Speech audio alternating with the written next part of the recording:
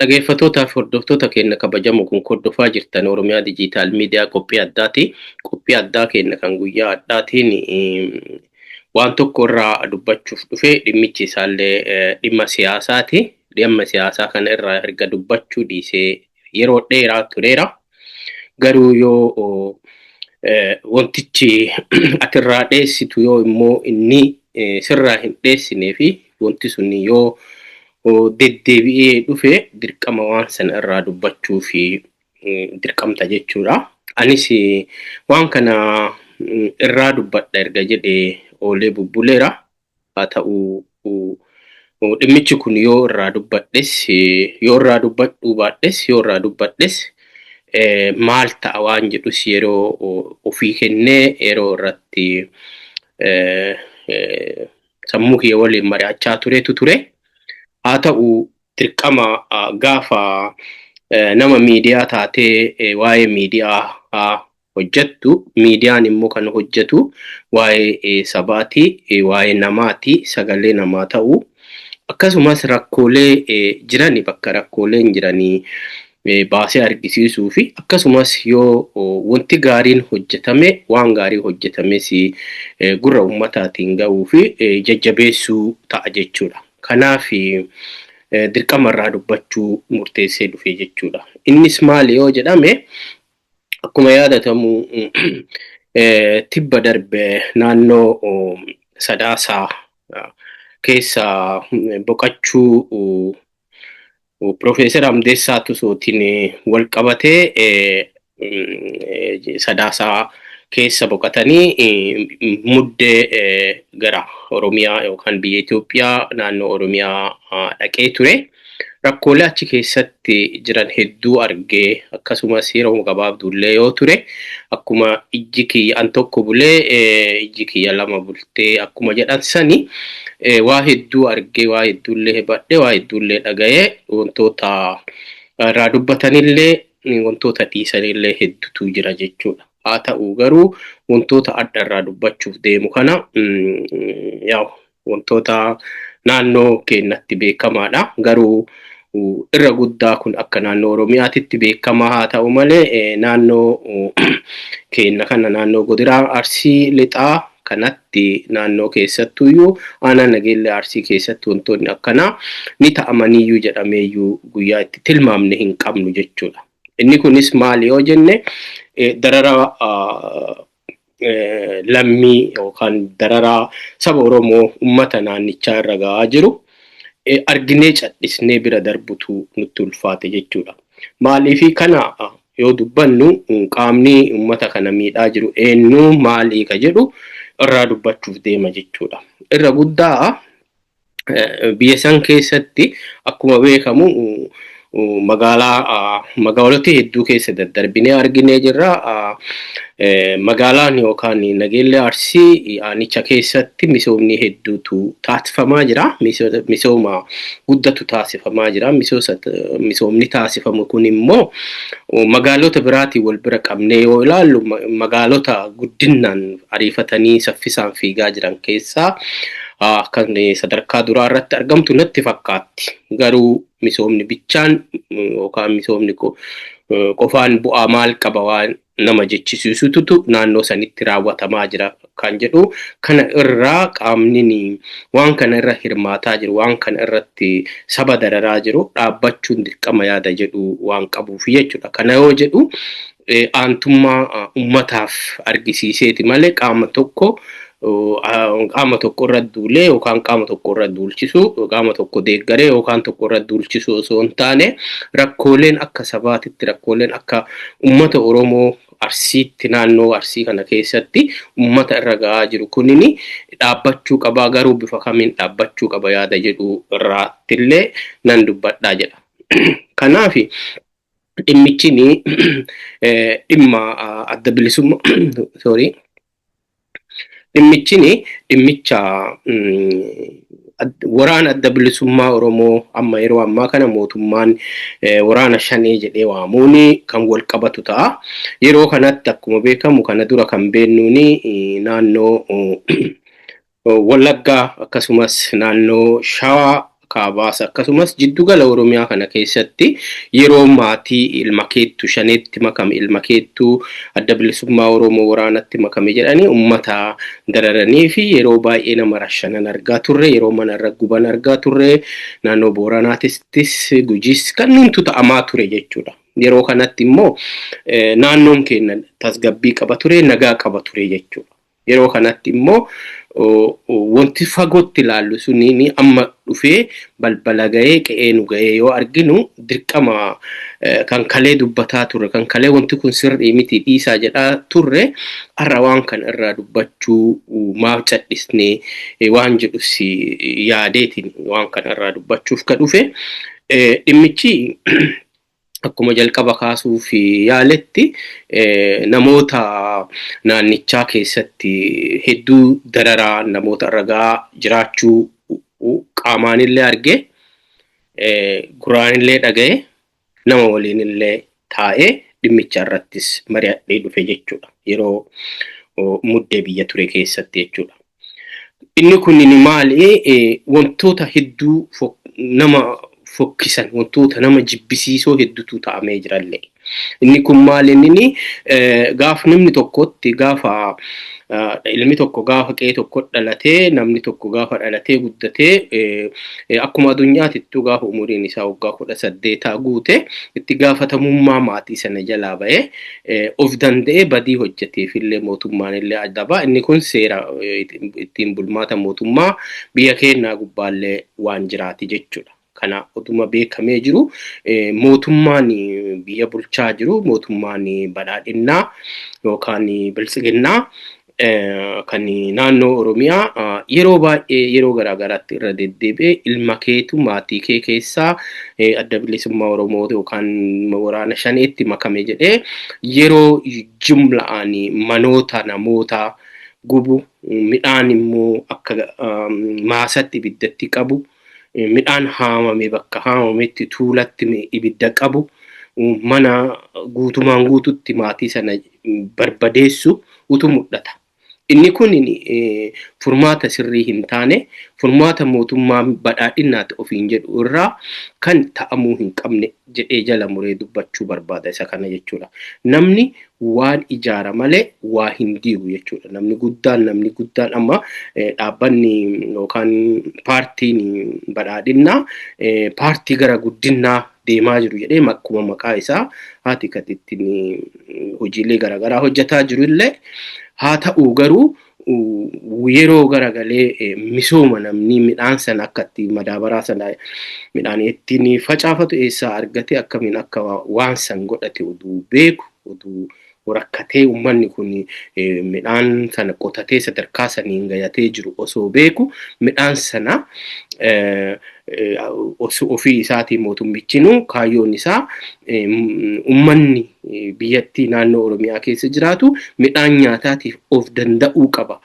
Mana jireenyaa isaa dhuunfaa keessa kiraa jalaa ba'ee mana dhuunfaa ijaarratee jiraachuu qaba bakka jedhee ofii isaatiiti karoora baafatee itti deemaa jirutti milishaanis haa ta'u raayyaa biyya bulchuunis haa ta'u warra waraana biyyattiitiinis haa ta'u uummata kana jalaa midhaan kana gubuun mana jalaa gubuun isaan qe'ee buqqisuun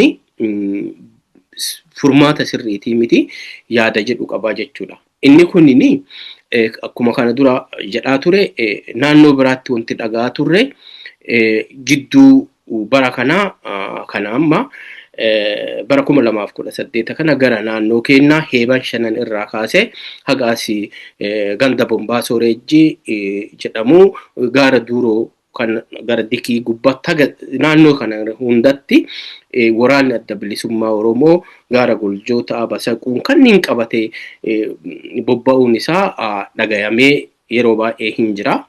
Kuni gaara leephisiisan gubbaallee hin jira hundi keenyaa ni beekna jechuudha. Yeroo baay'ee mootummaan illee wantoota warroota kanneen irratti tarkaanfii fudhanna jedhee yeroo socho'anis dhagayaa turre waan ta'eef waraana kanatti ijoolleen naannoo fedhanis haa ta'u fedha malees haa ta'u gaafa waggaa 18 guutanii mirga qabanii waan ofii barbaadanitti waan ofii barbaadan deeggaru waan ofii barbaadan immoo dhiisuun akkuma jirutti ta'ee osoo jiru mootummaan immoo maatii sababa ijoolleen adda bilisummaa Oromoo yookaan waraana shanee mootummaan jedhee waamu kanatti dabalamuu irraan kan ka'e ummata kana irratti mana gubee qabeenya isaa akkuma jiruun guutumaan guututti mancaasee maatii diigee ka jedhu kunin furmaata gaarii miti ka jedhutu sammuu kiyya keessa yeroo baay'ee deema inni kun furamuu qabaadha akkamiin furama waan jedhu yaa kama ufafoo waliin laallu ta'a amma wanti an ishuun an guddaan irraa dubbachuuf dhufe yakka hamaa naannoo sanatti waraana adda bilisummaa Oromoo yookaan mootummaa ani shane jedhee waamu kan naannoo heeban shananii kaasee haga amma naannoo gaara duuroo leephis qabatee goljoota qabatee basakuun qabatee jiru kana keessatti jumlaan ijoollee hiriyoota keenya maatii keenya rashanututu uumame jechuudha. Maatii keenya kana rashaname namoota baay'eetu ijoolleen hiriyootni keenyaat kan waliin guddanne nama baay'eetu rashaname jechuudha. Tibba darbe kana hundi isaaniitu gariin ka booyataa jira gariin ka sodaarraa ka'ee booyataa'uu dhiisetu jira jechuudha. Isa kana namni irraa dubbataa jiru hin jiru jechuudha. Lubbuun ijoollee tanaa ijoolleen tun ijoollee Oromooti. Oromoo Arsiiti. Mootummaan immoo maatii ijoollee kana akkuma jiruun qe'ee buqqaasisiisee jira. Immoo midhaan isaanii irra gubee jira. Isa kanniin yoo fudhannee jenne maqaa namootaallee dhahee dubbachuu hin danda'a. Akkuma beekamu namoonni Oromiyaa Digital Media kana hordoftanii fi naannichallee namoota maqaa waamu kana beektan dhimmichi dhugaa ta'uu fi dhimmichi kun qaamni dhimmi ilaalu kana yakka raawwatame kana irratti qaamni yakka kana raawwate bara baraaf seenaaf akka dhiyaatu taa'amutu barbaachisa jedhee waan yaaduu fi sodaa cabsee dubbachuu barbaade jechuudha. Dhugaa irraa sodaatanii wanti lafti dhaqanillee waan hin jirreef jechuudha. Innis maali nama naannoo keenyatti beekamaa nama jabaa nama qotatee bulu qonnaan bulaa adda duree kan ta'e Abdoo Ibrahim nama jedhamu ilmi isaa waraana adda bilisummaa Oromootti makamee jedhameeti. Maasaan Abdoo Ibrahimii Sooddoo kan beektanii ganda bombaa Soreejjii hunda gaaraa Sooddootti maasaan isaa guutuun guututti gubate. Manni isaa guutuun guututti hawwatii lama qaba jalaa birbadaa'ee wanti kun hunduu ka ta'e mootummaan waraana mootummaatiiti jechuudha. Kana kan geggeesse milishaa gandaa dabalatee hidhataa naannichaa keessa socho'uu fi poolisootaa fi qaama seera qabeessa qaama seera biyya bulchuutiin kan raawwatamee qabeenyi isaa kun dhaabatamee irraa gubame. Isaan immoo araga hagarraa Abdoo Ibrahimii namoonni beektanii jirtanii siraarotti hidhamee mana hidhaa jira jechuudha. Sababa isaa immoo maatiin bakka dubartoonni mana sanii obboleeyyan Abdoo Ibrahimii qabamanii hidhamanii mana hidhaa dirasii akka turanii fi immoo yeroo ammaa kana nam tokko akka bayanii jiranii quba qaba. Kanaaf yakki kunin mana Abdoo Ibrahim yookaan irratti miti kan raawwatame jechuudha.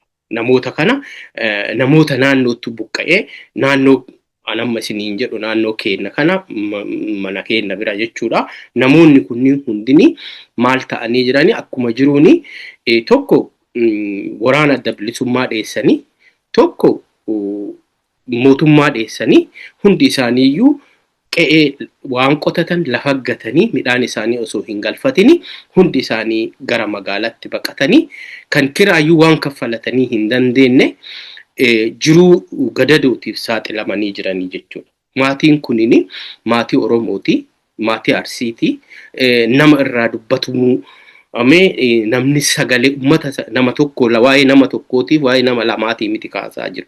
Waa'ee gosa tokkooti kaasaa jiru jechuudha. Gosatu buqqa'ee keessattuyyuu gosa Samaadadaa balbala diiniiti. Warri kunni akkuma jiruun yeroo ammaa kana rakkatanii magaalaa galanii waan nyaatan dhabanii haga dararamutti jiranii dararaa kana guddaa kan irraan geesse eenyunnini mootummaadha. Mootummatutuyyuu kan irraan geesse akkuma isiniin jedhe kuni waraana adda bilisummaa dhiyeessuuf kun immoo waraanuma mootummaa milishaa gandaa kanneen dhiyeesseeti gara magaalaatti kagale jechuudha.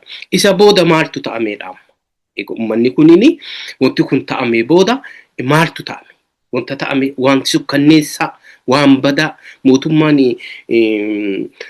waraanni mootummaa yookaan qaamni seeraa mootummaa naannoo sana bulchu yakkoota anamma isin himu kana diqqaadha kan isin himaa jiru yakkoota kanaa oli yakkoota ciccimoo dhalli namaa sila bara minilikiyyuu ummata keenya irratti raawwanne ummata raawwatan jechuudha. Ummanni kun naannoo sanatti ummata kana irratti raawwatame jechuudha. Inni kun akkuma beekamu kana dura yeroo waraanni adda bilisummaa Oromoo yakka addunyaa kana irratti boruuf itti gaafatama jalaa bayuu hin qabne ummata keenya kan naannoo sanaa irratti raawwatee jira jechuudha. Isa kana hundi isaanii boru baya jennee boru wanti kun sirrii miti jennee oollee bullee arra booya balleeffatee jira uummanni kunniin jechuudha. Namoota rashanamee jira jechuudha. Namoonni rashanaman kunniin nama yoo diqqaate gara nama 7-8 jechuudha. Isa kana karaa rashane waraan adda bilisummaa Oromoottu as diinii yookaan bakka Sooddoo ganda Bombaa Soreejjii lafa Sooddoo jedhamu kan irraa fi hagas maatuu irraa qabee eeti gara heeban shananitti geesseeti kan rashane jechuudha. Inni kun ajjeechaa suukkanneessaa ilma Oromoo irratti raawwate jechuudha. Kun addi bilisummaa Oromoo kan kalee jara hiriirree biyyaa mootummaan itti jibbamnee biyyaatti ari'amnee waa hedduu ittiin taane hiriyoota keenya nyaate. Qonnaan bulaa keenya qe'ee buqqise. Qonnaan bulaa keenya nyaate jechuudha. Inni kun namni tokko mootummaan tokko gaafa biyya tokkotti ijaarratu gaafa mootummaan tokko biyya tokko bulchu maaltu ta'ama? Akkuma beekamu mootummaan nama aangoo warii qoodee kaan hidhataa jedhee kaan barreessaa godhee kaan maal godhee akkasumas sadarkaan ummatuma sanii aangoo kenneeti ummata akka bulchuu kataasisu jechuudha. Kanaafi addi bilisummaa Oromoo yookaan waraanni shanee kan naannicha Oromiyaa keessa socho'u adda dureeni bakkuma hundatti illee wanti dhagaa jiru waan fokkisaadha. Wanti fokkisaan kun maal inni kan isaanii xiyyeeffatanii yookaan itti fuulleffatanii irraa hojjetaa jiranii hidhataa warra hidhataa ta'e jechuudha. Hidhata jechuun addi bilisummaa Oromoo kunniin gaafa gara aangootti dhufe hidhataa hin qabaatu. Hidhataa qabaachuu qaba. Hidhataa ganda bulchu. Hidhataa naannoo eegu. Ummata nagaa ummata naannoo sanaa eegu. Ummata gibira gabbarsiisu. Hin qabaatu addi bilisummaa Oromoo boru hin qabaata. Dhaabni biraa yoo dhufe hidhataa isaa kana jalaa waanuma hidhataatti qofa ta'eef namni gariin ofii fedheetii miti hidhataa akka ta'ullee dirqama si kennallee uummanni naannichaallee isatu afoona bu'ee na hooggana jedhatee nama uummanni afoo kaayate kana ati hidhataa gandaatti jedhanii namoota kana guuranii rashanuun seera maleedha. Seerri kunniin wantoonni kunniin adda bilisummaa Oromoo keessa jiraata taanaan hin jiraa argineerraa waan raawwatame inni kun guutumaan guututti dhaabbachuu qaba jechuudha. Sababoota garaagaraatiin for example namoonni yoo waa'ee dhugaa dubbatan nama fakkeenya waa'ee maatii kiyya ajjeesan maatii kiyya fixan jedhee waan kana erga dhaga'ee dubbachuu dhiisee jira. Anamma waan dubbadhe haadha abbaa kiyya yookaan obboleeyyan kee fixuu danda'an. Garuu wanti kun dirqama jechuudha. Dirqama nurra taa'uu qaba. Dirqama warri dabgala jiru sun illee wanti roorroo dheessee manaa baheera waan ta'eef roorroo sana immoo ummata keessaa bahee irratti gidiraa raawwachuu hin qabudha dhaamsi kenna jechuudha. Waraanichi kun akkuma beektamu hundi keessanuu hin beektanii osoo ijoollee nama 6 kana hin qabin dura nama baay'ee itti dhiyaadhu nama kubbaa waliin taphadhaa guddadhee ijoollee waliin baradhe keessaa nama Tibbeessaa Badhaasaa jedhamu mana isaatti halkan haadha manaatii fi ijoollee afoo isatti waraanni adda bilisummaa Oromoo diida guuritti qawweeni xiyyiitii itti roobsee rashanee biraa deeme. Kun addi bilisummaa Oromoo kana quba qabda hundi kee hin beektan. Gaafa kana immoo maaltu taame? Gaafa dargaggoo yookaan obbo Tibbeessaa Badhaasaa ajjeefame ka ajjeese waraana adda bilisummaa Oromooti. Shanee naannoo gaara Leeppisii, gaara Duuroo naannoo Sooddoo san keessa socho'u jechuudha. Kun ifaaf ifa. Nama du'e awwaalame, addabaabayii awwaalame, booya taa'amu dhoowwame, bariisaan deebi'amee haadha manaatiif ijoollee akka bu'an teenne doorsifama halkan. Guyyaa mootummaan hin doorsisaa, halkan immoo addi bilisummaa dhufee uummata kana dararaa jechuudha. Achi booda namni 6 qabamee deeme. Isaan kanneen keessa namoonni dhugumaanuu namoota waliin nyaadhee guddan, namoota waliin kubbaa taphataa guddan, namoota waliin mana barnootaa tokko deemu, namoota akka malee garaa wal nyaannu, ijoollee hagaadhaa du'a isaanii dhagayee hagaadhaa keessi kiyya gaddu utuu qabamee deeme. Isaan keessaa tokko akkuma beekamu namoonni na beektan namni Aadiyyee yookaan Adam Ibrahim Duulaa namni hin beekne hin jiru. Maqaan keenyallee tokko. Kubbaallee waliin taphanna, waliin hiriyyaa turre, siree tokkorra rafaa guddan qabamee deeme. Fudhatamee deeme isa waliin Jamal Kammishuu nama naannoo keessatti hawaasni itti bulu, nama jaalatamaa, nama maatii horatu, nama ofii isaatiiyyuu miidhama qabu, nama waan tokko keessa hin jirre, hidhataa gandaatiillee miti, hawaasuma keessa dhageettii waan qabuuf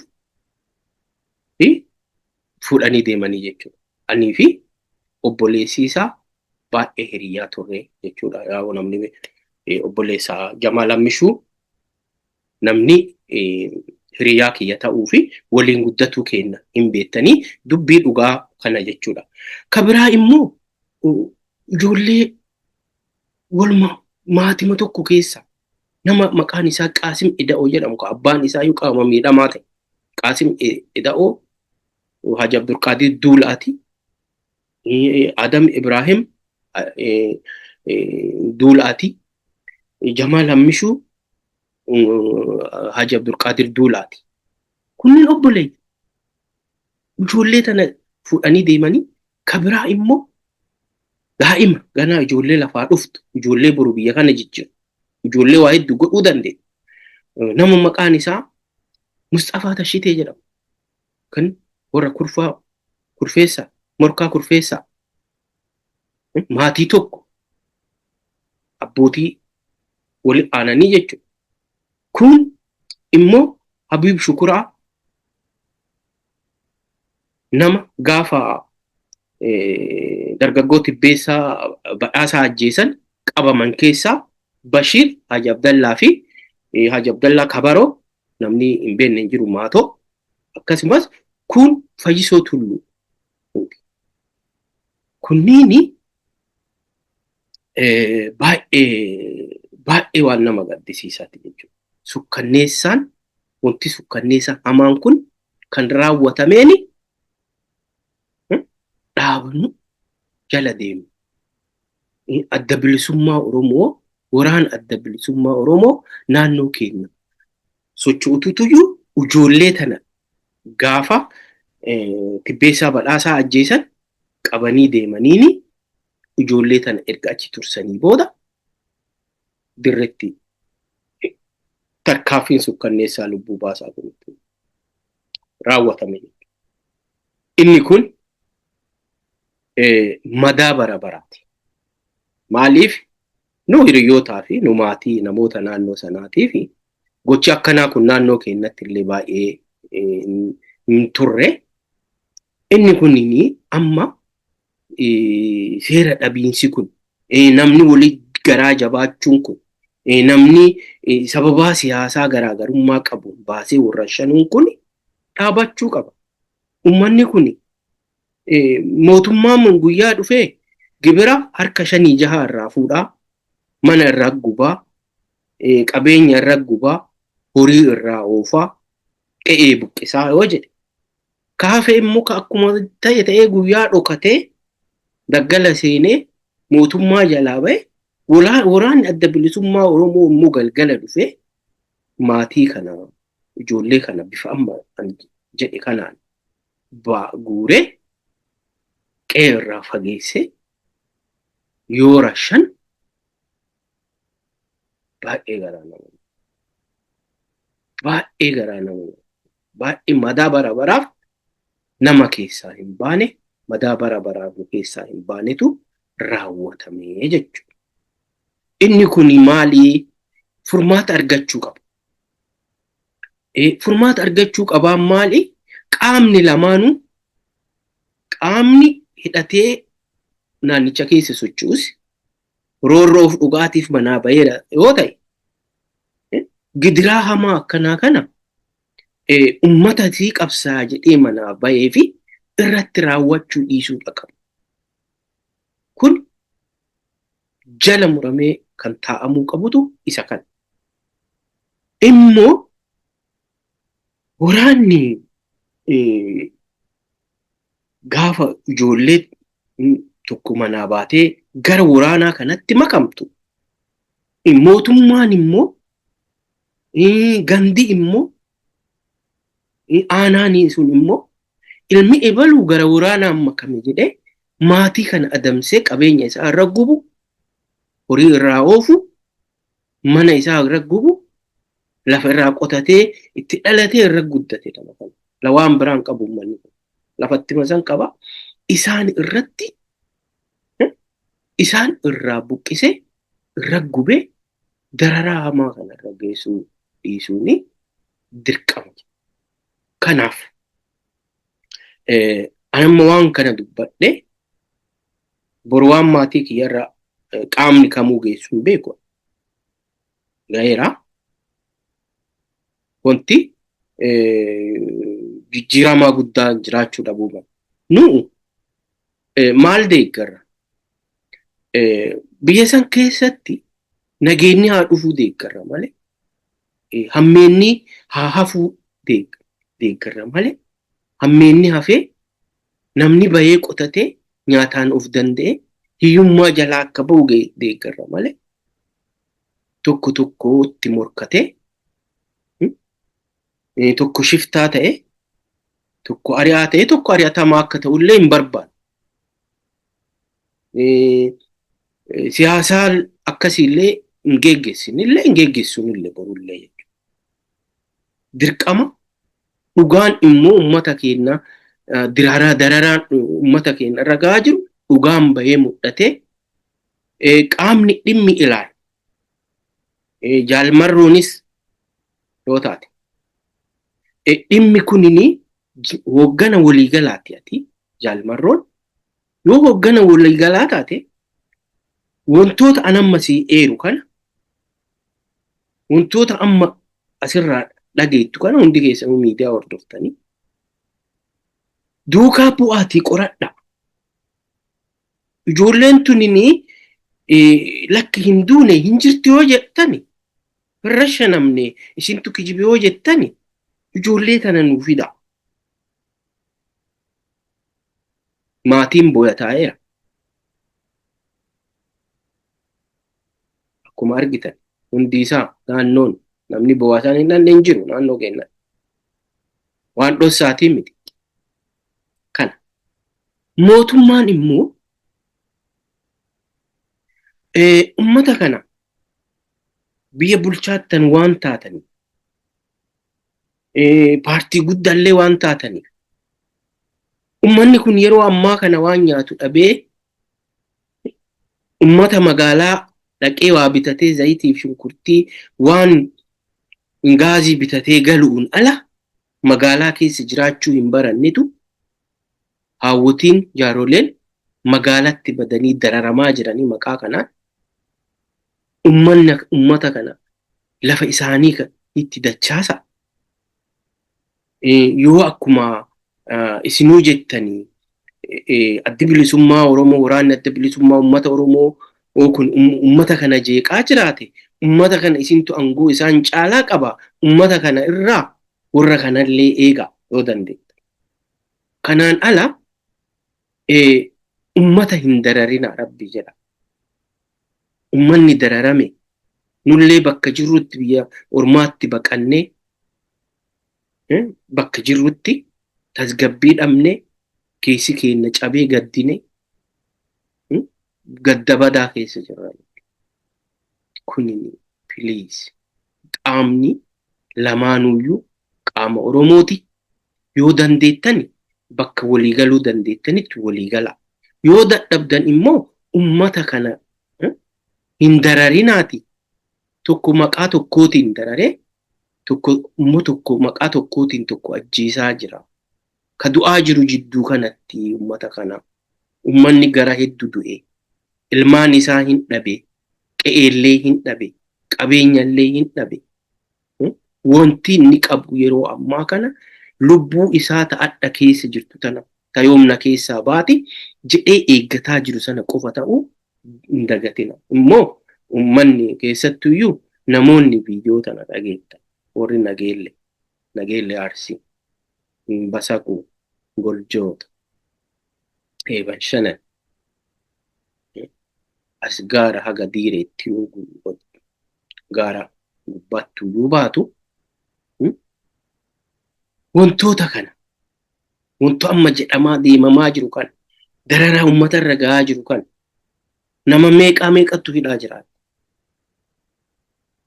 Nama meeqatu maqaa mootummaan kun maqaa waraan adda bilisummaa Oromoo bichaaf jedhee abbeeraan keenya meeqatu hidhaa jira. Obboleeyyan keenya meeqatu hidhaa jira. Kun dararaa qaama oomishee biyya san keessatti bu'aa fidee badhaadhinni jedhamu akka dhufu taasisuu danda'u hiitee mootummaan maal argattaati? Meegama mootummaa. Jaalmarroon illee waraana kan kee disipiliin barachuu qaban. Namni waanuma hidhataa ta'eef waanuma hawaasni naannichaa aangoo itti kenneef na eegi naannoo kiyya eegi. Hidhataan adhaamti ka dhufe dhiiroo. Bara kamuun jiraata. Dargiinis godhateera. Hunduu godhateera. Mallasis godhateera. Hundi isaa ta'e. Har'a immoo boru jaalmarroon hoogganaa biyya kanaa yoo ta'e hidhataa qabaachuuf deema. Hidhataa jechuun hojii adeemsisaa naannichaati jechuudha. Maaliif hojjate? Maaliif nama hawaasa tajaajila hawaasaa maa guurtanii rashattan? Waay? Of nama jibbisiisa.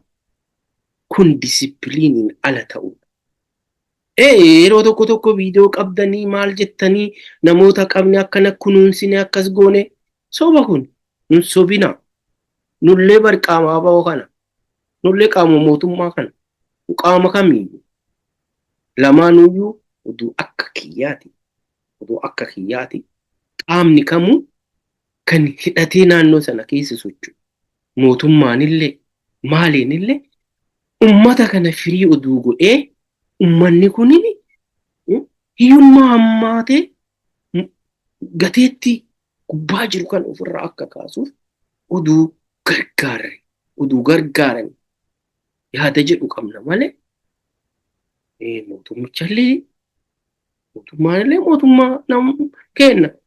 Akka durii maqaa mootummaa Oromootiin namni dhufee naannoo keenya bulchaa hin jiru. Warruma ilmaanuma Oromootu mootummaa kana naannicha san bulchaa jira. Namuma afaan Oromoo barreessu, nama afaan Oromoo dubbatu akka durii nama afaan Oromoo dubbatu iyyuu miti. Dhalootumaanuyyuu dhiigumaanum nama Oromoo ta'etu naannoo san bulchaa jiraata. Immoo inni dararaan immoo kakalee adda caalaa jechuudha.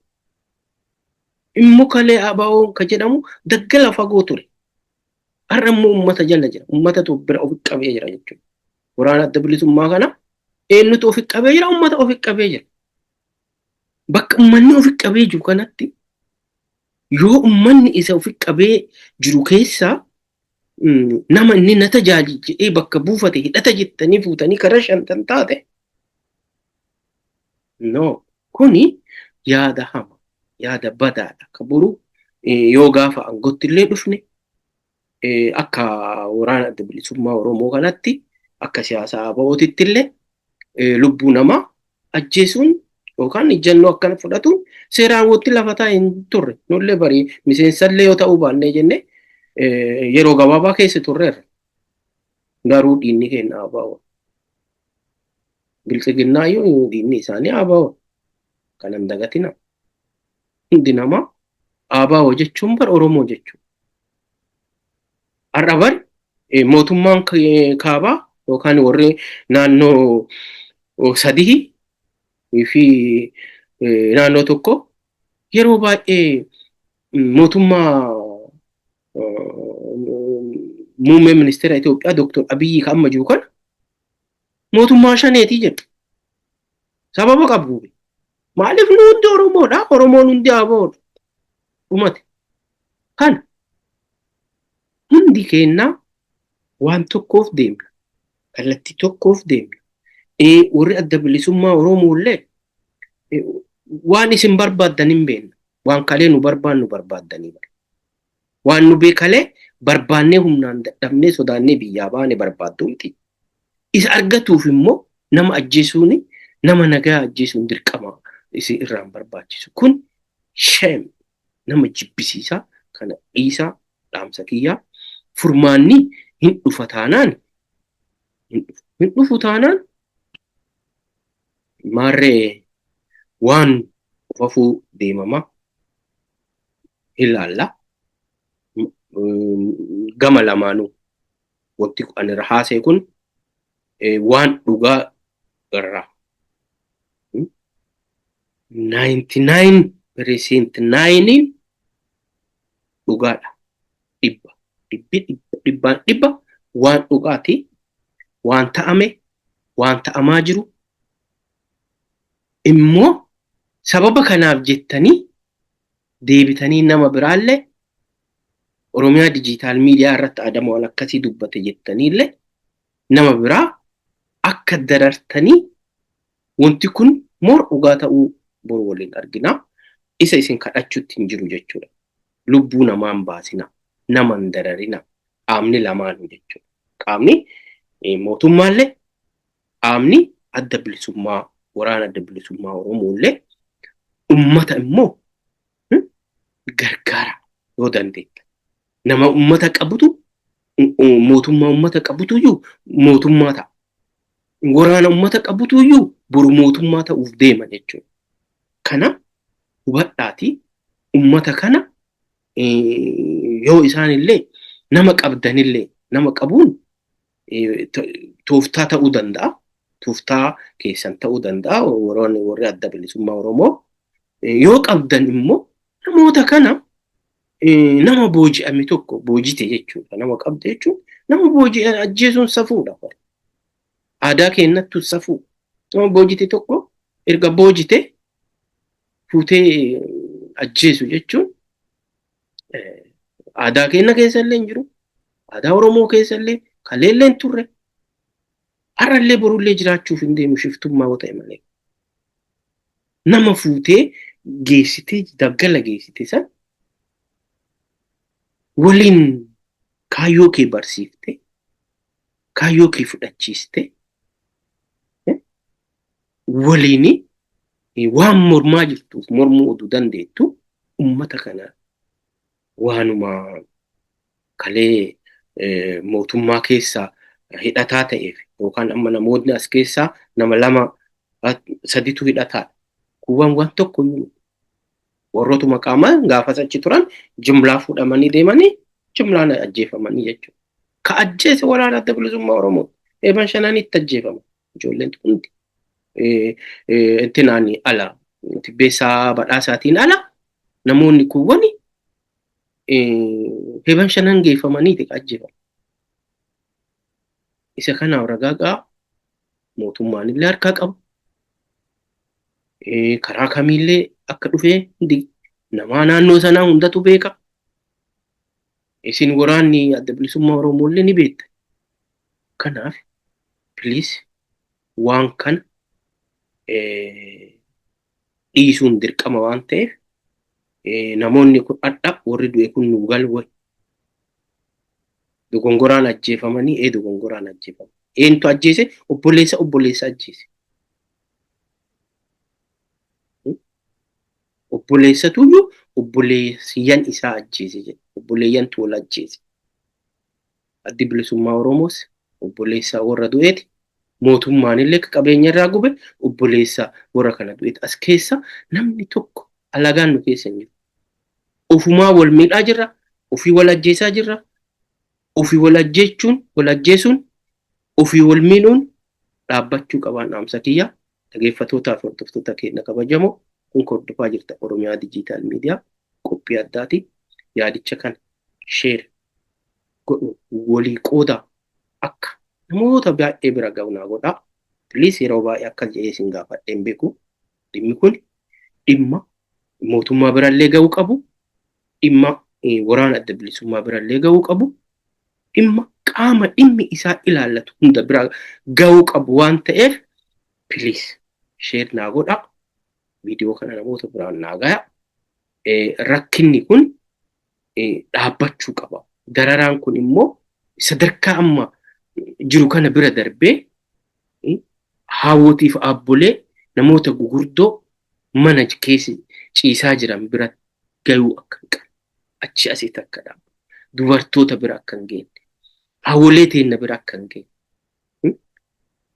Namoota naannoo sana keessatti oomishanii jiraataa jiran. Namoota qe'een isaanii tasgabbaa'anii jiran bira akka hin geenye. Please kanaaf dhaabbachuu qabaa. Kanaaf share godhaa wal biraan gayaa. Kanadhaa kanumaan xumura warroonni viidiyoo kiyya bifa dhagaameen kan dubbadhe arraa miti kan dhagaame boo'eerallee maaliif hiriyoota baay'ee dhabe as keessa namoota akka maatiititti namoota waliin nyaadhee guddadhe namoota shamizii wal jijjiiraa uffadhee baradhe beetu as keessatti rashaname. Inni kunniin immoo gaddamaa waan tureefi yeroo ofii kenneeti kan dubbadhe. Kanaaf nama folcha bifa itti dubbadheen ammeenyaa itti na jalaan fudhatina. Kanaaf share godhuuni wal biraan naa gayaa. Dhaggeeffattootaaf hordoftoota keenya kun hordofaa jirta Oromiyaa Dijiitaal Miidiyaa qophii addaati. Qophii addaa biraatiin yeroo biraa mata duree kana namoota affeeradhe waan kana irraa waliin haasofnaa. Ammasiif nagayaan naa turaan dhaamsa kiyyaa nagayaan naa jiraadhaa. Horaa bulaa deebana.